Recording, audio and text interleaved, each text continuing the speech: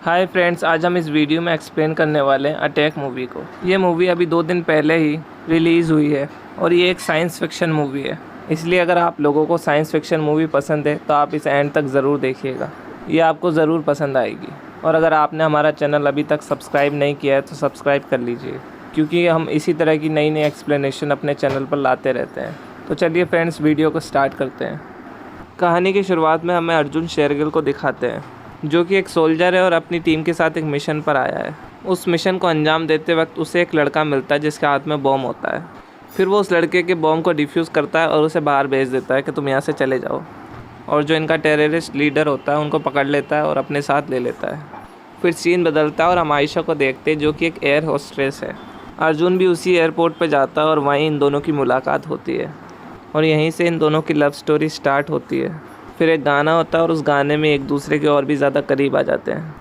फिर एक दिन अर्जुन आयशा को लेने के लिए उसके एयरपोर्ट पर जाता है। अब वहाँ पर अचानक कुछ आतंकवादी आते हैं और हमला कर देते हैं और उस हमले में अर्जुन घायल हो जाता है। फिर उसे बचाने के लिए आयशा उसकी तरफ भागती है तो उस पर भी एक आतंकवादी गोली चला देता है और वो भी मर जाती है। फिर इस हादसे के 2 हफ्ते बाद उसे पता चलता है कि अब वो कभी चल फिर नहीं पाएगा, क्योंकि वो पैरालाइज़ हो चुका है और उसे आयशा की मौत का बहुत ज़्यादा दुख होता है। इसलिए वो अब अपनी मॉम के साथ रहता है और उसकी मॉम ही उसकी देखभाल करती है। और ये चीज़ अर्जुन को बहुत ज़्यादा बुरी लगती है कि वो पैरालाइज़ हो चुका है और अब कभी ठीक नहीं हो सकता। फिर ऐसे ही एक दिन उनके घर में चोर घुस आते हैं और उसकी मॉम को मारने लगते हैं, लेकिन वो अपनी मॉम को नहीं बचा पाता और वो इस सब से काफ़ी ज़्यादा दुखी होता है। फिर सीन बदलता है और हम अर्जुन के बॉस को देखते हैं, जो कि एक मीटिंग में अपने साथियों को समझा रहे होते हैं कि हम AI की मदद से अपनी आर्मी को और भी ज़्यादा पावरफुल कर सकते हैं, क्योंकि उनके देश पर आतंकी हमला होने वाला है। जब वो ये अपने साथियों को बताते हैं तो उनके साथी इन पर विश्वास नहीं करते हैं कि ऐसा कुछ हो सकता है। लेकिन फिर वो सभी सोल्जर्स को बताते हैं कि मैंने जिया के साथ मिलकर, जो कि एक साइंटिस्ट है, एक ऐसी चिप बनाई है जिससे कि एक सोल्जर सुपर सोल्जर बन सकता है और उसमें एक नॉर्मल सोल्जर से भी कई ज़्यादा ताकत आ सकती है। तो फिर जब अर्जुन के बॉस ये सब बताते हैं तो उनको परमिशन मिल जाती है कि वो ऐसा कर सकते हैं। लेकिन फिर जिया सबको बताती है कि ये चिप सिर्फ पैरालाइज लोगों के लिए बनाई गई है, एक हेल्दी सोल्जर पर ये काम नहीं करेगी। इस वजह से अर्जुन के बॉस उसके घर पर जाते हैं और उससे मिलते हैं और उसे इस बारे में बताते हैं और उससे कहते हैं कि तुम इंडियन आर्मी के सबसे पहले सुपर सोल्जर बन सकते हो। फिर सब कुछ जानने और समझने के बाद अर्जुन रेडी हो जाता है, पर वो उनके सामने ये शर्त रखता है कि अगर मैं इस प्रोसेस में मर गया तो आप मेरी मॉम का ख्याल रखना।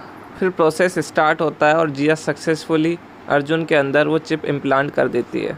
लेकिन अभी भी अर्जुन और उस चिप के बीच उनका कनेक्शन ठीक से नहीं बैठा था, इसलिए वो खुद को ठीक से कंट्रोल नहीं कर पा रहा था। इसलिए जिया फिर धीरे धीरे उन दोनों का कनेक्शन बैठाती है और उसकी मदद करती है और उसे वापस से ट्रेनिंग देती है, भागने की, चलने की, एक्सरसाइज की। और धीरे धीरे उस चिप का और अर्जुन का कनेक्शन बैठने लगता है। लेकिन अभी भी बस एक प्रॉब्लम होती है, अगर अर्जुन बेहोश हो जाता है तो वो चिप उसकी पुरानी मेमोरी से उसकी यादों को दिखाने लगती है और उसे ऐसा लगता है कि वो अभी असली ज़िंदगी जी रहा है और अगर ऐसा ज़्यादा देर तक रहा तो वो कोमा में जा सकता है। फिर अर्जुन उन चोरों के पास जाता है जिन्होंने उसकी माँ की रिंग चुराई थी। वो वहाँ जाकर उन गुंडों से फ़ाइट करता है और ये फ़ाइट देखने में काफ़ी ज़्यादा ज़बरदस्त होती है। और उसकी इस फाइट में ईरा भी उसकी मदद करती है, जो कि उसकी चिप में एक रोबोट है। और ईरा और अर्जुन आपस में बात भी करते रहते हैं। तभी वहाँ अचानक पुलिस आ जाती है और अर्जुन वहाँ से भागता है और एक ऊंची सी बिल्डिंग पर पहुँच जाता है, जहाँ से ईरा उसे नीचे कूदने को कहती है और इतनी ऊंचाई से कूदने की वजह से वो बेहोश हो जाता है और ईरा उसके पास्ट के सीन रिफ्लेक्ट करने लगती है और उसे महसूस नहीं होता कि वो असली दुनिया में है या नकली दुनिया में। फिर जिया उसे बताती है कि अभी तो मैंने तुम्हें होश में ला दिया, लेकिन अगली बार तुम्हें खुद होश में आना होगा और ख़ुद को ये बताना होगा कि ये सब सच नहीं है। फिर अर्जुन को ये सब बताकर जिया और अर्जुन के बॉस दिल्ली पार्लियामेंट के लिए निकल जाते हैं, क्योंकि उन्हें अर्जुन के प्रोजेक्ट के लिए उनसे बात करनी होती है। फिर जिया तो पार्लियामेंट में पहुंच जाती है, लेकिन अर्जुन के बॉस पहुंचने में थोड़ा लेट हो जाते हैं। वहीं दूसरी तरफ अर्जुन ईरा से बात कर रहा होता है, तो बात करते वक्त ईरा की मदद से अर्जुन को ये पता चलता है कि आतंकवादी हामिद उनके आसपास ही है और ये आतंकवादी हामिद और कोई नहीं बल्कि वही बच्चा होता है जिसे शुरू में अर्जुन ने उसका बॉम्ब डिफ्यूज़ करके उसे बाहर भगा दिया था। और उस वक्त ये आतंकवादी एक टीनेजर था, लेकिन अब वो एक बड़ा आतंकवादी बन गया है और अर्जुन को थोड़ा अफसोस होता है कि उसने उसे क्यों जाने दिया उस वक्त। और अब हामिद दिल्ली पार्लियामेंट के अंदर घुस चुका है, वो भी सभी सिक्योरिटी गार्ड्स को बेवकूफ़ बनाकर। इसलिए फिर अर्जुन कॉल करके अपने बॉस को सब बताता है, लेकिन अर्जुन जब तक बताता है तब तक काफ़ी देर हो चुकी होती है और जैसे ही अर्जुन के बॉस वहाँ पहुँचते हैं तब तक हामिद और उसके आदमियों ने पार्लियामेंट को घेर लिया होता है और 300 से भी ज़्यादा हॉस्टेजेस प्लस प्राइम मिनिस्टर को भी पकड़ लिया होता है। फिर पार्लियामेंट में अंदर जाने के लिए अर्जुन के बॉस अर्जुन और उसके साथ एक टीम को रेडी करते हैं, जहाँ हम देखते हैं कि जैसे ही जॉन और उसके साथी पार्लियामेंट की छत पर चॉपर की मदद से ऊपर पहुँचते हैं तो हामिद अर्जुन के बॉस और उनकी टीम से कांटेक्ट करके कहता है कि अगर तुम लोगों ने ऑफिसर्स और चॉपर्स को यहाँ से हटा दिया तो मैं 50 हॉस्टेजेस को वापस बाहर भेज दूँगा। इस चीज़ को सुनकर अर्जुन के बॉस उसकी ये शर्त मान लेते हैं और सभी चॉपर्स को वापस बुला लेते हैं, लेकिन अर्जुन को ये कहते हैं कि तुम्हें अंदर जाकर हमें सारी सिचुएशन बतानी है। और हम लोग देख पाते हैं कि अर्जुन सभी सिचुएशन को बड़ी आसानी से हैंडल कर लेता है और पार्लियामेंट के सीसीटीवी रूम में जाकर वहाँ के सभी कैमरों को हैक करके इधर सोल्जर्स के कंप्यूटर से कनेक्ट कर देता है और ये लोग भी वहाँ की फुटेजेस देख पाते हैं और इसकी मदद से आगे के लिए प्लानिंग भी कर सकते हैं कि आगे क्या करना है। फिर हम साइंटिस्ट जिया को देखते हैं जिसको एक आतंकवादी बड़ी बेरहमी से मार रहा होता है और जिया को छुड़ाने के लिए वहाँ अर्जुन पहुँच जाता है और उसे वहाँ उसकी मदद करने के लिए उसके बॉस अर्जुन को मना करते हैं, लेकिन वो उनकी बात नहीं सुनता है और सभी आतंकवादी को मारकर जिया को वहाँ से ले आता है। फिर हामिद ये सब देख लेता है और उसे पता चलता है कि उनके अलावा और कोई भी इस पार्लियामेंट में है जो उन लोगों के लिए ख़तरा बन सकता है।